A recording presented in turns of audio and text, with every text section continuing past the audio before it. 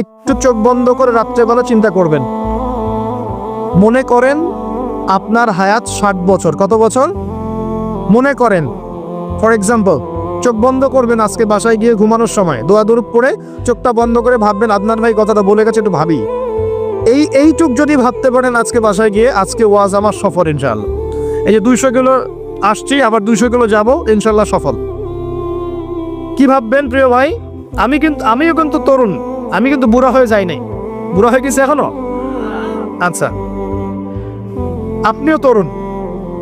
তরুণরা একটু ভাবে, চোখ বন্ধ করে ভাববেন যে আল্লাহ পাক আপনাকে সৃষ্টি করেছিলেন আল্লাহর ইবাদত করার জন্য। সূরা জারিয়াত 56 নম্বর আয়াত, ওয়া মা খালাকতুল জিন্না ওয়াল ইনসা ইল্লা লিয়াবুদুন। 1 2 আল্লাহ পাক আপনাকে সৃষ্টি করেছিলেন যাতে করে আল্লাহর দ্বীনটাকে আপনি আল্লাহর জমিনে প্রচার করেন, প্রসার করেন, প্রতিষ্ঠা লাভ করেন। এই দুইটা আপনার কাজ ছিল। এখন আপনার বয়স হয়ে গেছে 30 বা 25, ধরে নেন যে আপনার হায়াত 60 বছর। তার মানে আপনার জীবনে বাকি আছে এখন 30 বছর।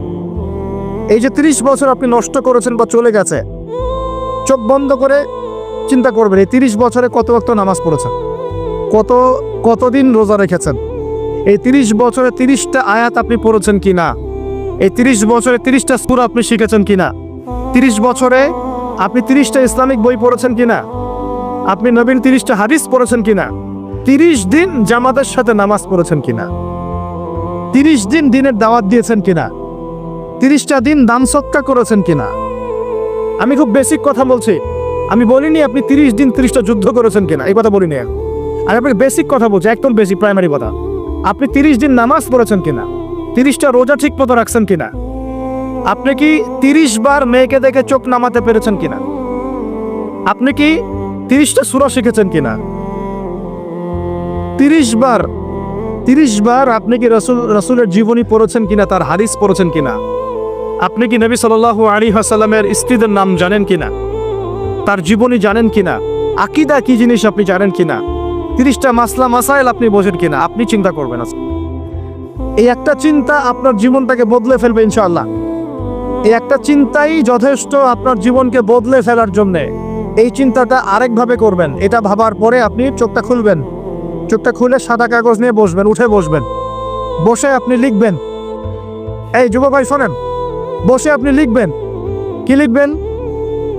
আপনি লিখবেন এই 30 বছরে আপনি কতগুলো গুনাহ করেছেন, আপনার মনে পড়ে কি কি।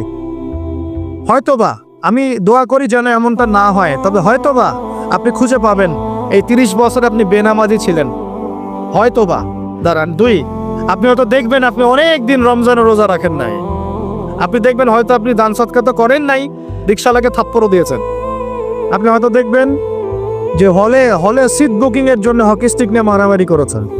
আপনি হয়তো দেখবেন যে 30 বছরে 30টা মেয়ের সাথে সম্পর্ক করা শেষ। আপনি হয়তো দেখবেন যে আপনি অলরেডি পতিতলায় ভিজিট করে চলে আসছেন। আপনি 30 দিন, এই 30 বছরে 30 বার কমপক্ষে এই মাদকের আসরে বসেছিলেন, এবং 30 বছরের বহু সময় আপনি অনলাইনে নষ্ট করেছেন, পর্নোগ্রাফি দেখে নষ্ট করেছেন, গোপনে পাপ করেছেন, হ্যাঁ, আরো অনেক কিছুই করেছেন। আপনি হয়তো এটা খুঁজে পাবেন। মিথ্যা বলেছেন, প্রতারণা করেছেন, মাপে কম দিয়েছেন, অন্যের উপর অত্যাচার করেছেন। আপনি আপনার যৌবনকে কাজে লাগিয়ে, এই শক্তিটাকে কাজে লাগিয়ে আপনি ইসলামের বিরুদ্ধাচারণা করেছেন, হয়তো এটাও পাবেন।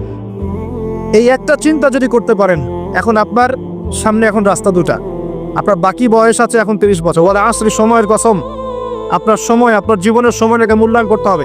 সময়ের কসম, হয় যদি আমার 30 বছর বাকি থাকে, এখন এই বাকি যে আছে কিনা আমিও জানি না, কেউ জানে?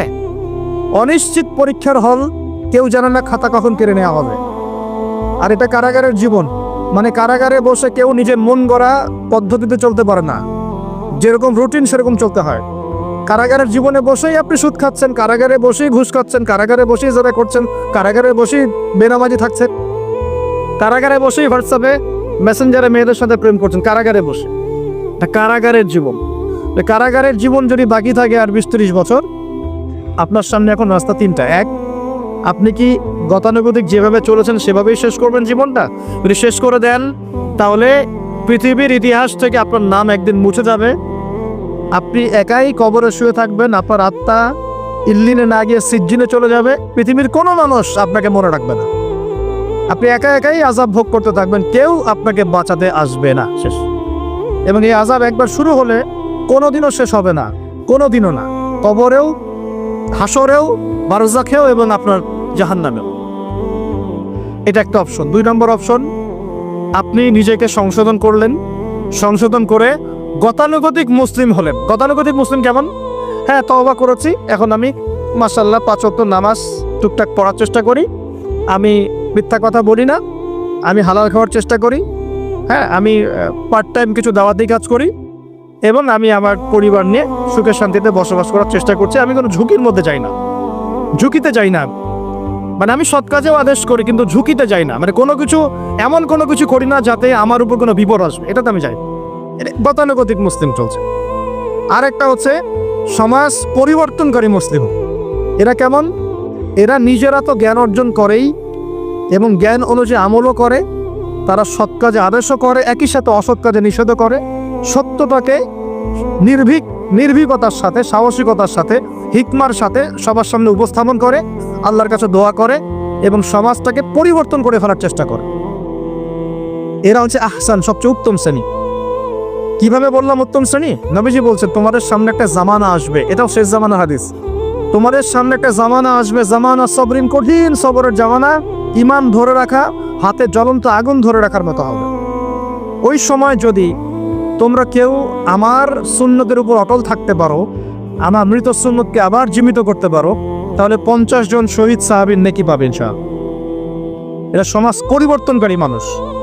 আর ইতিহাসে যারা সমাজ পরিবর্তনকারী মানুষ, তাদের জীবনে পরতে পরতে বিপদ আপদ বলা মুসিবত আসবেই।